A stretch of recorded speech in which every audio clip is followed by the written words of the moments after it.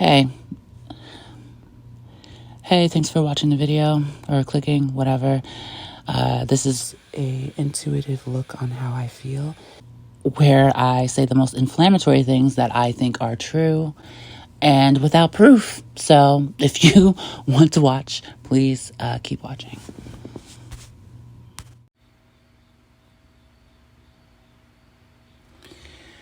Trump knew that Kirk was going to die. I suspect that he knew about a few days before it happened. And you can see it in how Trump has been moving. You can see it in how he hasn't been able to really speak about the incident. He spoke about it once and then he just tries to ignore it.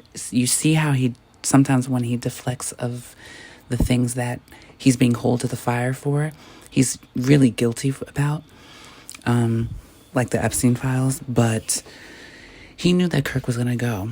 It's a mafia. The Mossad he serves, the principality he serves, is a mafia. And Kirk was in it.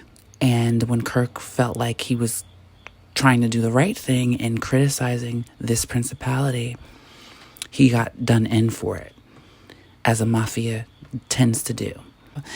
Trump feels to me like he knew, and he's feeling a little guilty. Not even a little. He feels shame. He feels guilt. Nothing is going the way that he thought it would. He thought he would be heralded until the country imploded.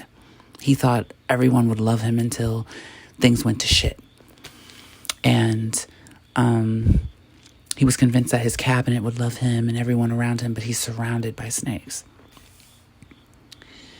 And you can see it, I think, you can see it plain as day on Trump's face. He looks defeated. He looks so defeated. He looks so ashamed of himself. He looks like a dog that has its tail covering his whole taint and balls. And I suspect that is because he knew that Kirk was going to die. That Kirk was going to be, and I would suspect, assassinated. By whatever means, I think, regardless of what the news is saying about the manifesto, and there isn't a manifesto, and now he's, he texts his tranny roommate, and it's too much. It's too much. I'm telling you right now, there's ways for the principality / Mossad / CIA, that's a communal bicycle for America. Anyone who is a billionaire can just hire the CIA to do a psyop or do a job. And literally, it only takes an MK Ultra or some kind of advanced way. It's not even advanced. It's just a way to psyop a person individually to get them to do things they wouldn't normally do. And you can do this and create this, I think, not just anyone, but I think the CIA can do this over a span of a year to create a whole psyop for a person and really infiltrate the brain of a person. And I think they do this to multiple people at once to create narratives just in case this one does it or this one doesn't do it or this one does it. And I know this because I've been gang stalked for about 4 years now. For sure, that I've known for sure. It's like, okay, I see what's going on here. The point is that I'm saying that it's highly likely that it's abundantly clear to me that the Mossad was involved in this. CIA was involved in this. Something like this. The past few weeks leading up to Kirk's passing was, they were setting up, Trump had made acts for mental illness, and it specifically kind of targeted trans and da-da-da-da. You know what I'm saying? It was a build-up to make it seem like a trans folk or something was going to do a job. And I think this was actually intended for Trump.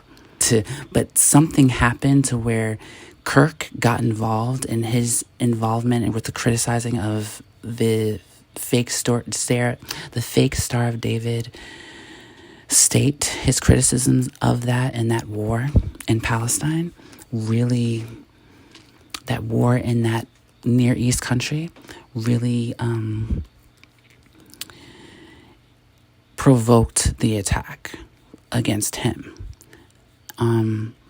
But at the same time, the CIA has been doing MK Ultraing and psyoping on its citizens individually and gang stalking them to make an outcome, fearing them basically into an outcome. And they've been doing this on a massive scale to see who will do a thing, if you get what I'm saying. They don't just psyop one person at a time.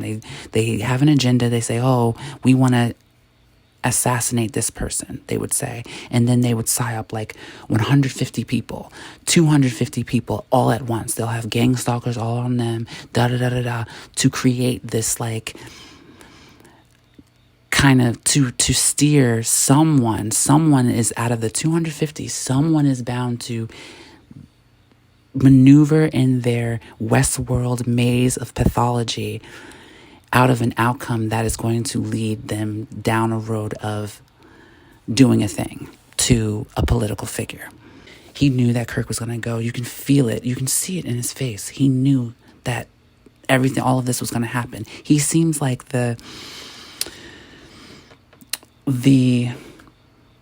he's coming off as like the person like, oh, I didn't know, even though he's involved with a mafia. That's what this is. It's a mafia. He's coming off as like this aloof, oblivious man that's like the protagonist in this comedy that is involved with Robin De Niro or something like that. And it's like he's not aloof. He knew what was going to happen. And like I said, that's why he looks so defeated. Okay? They're talking about basically removing 2.5 million people from there, okay?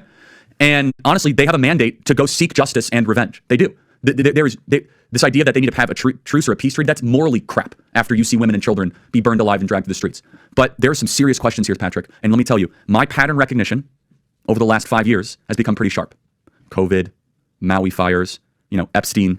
When I see a story and it doesn't click, our guts are usually right.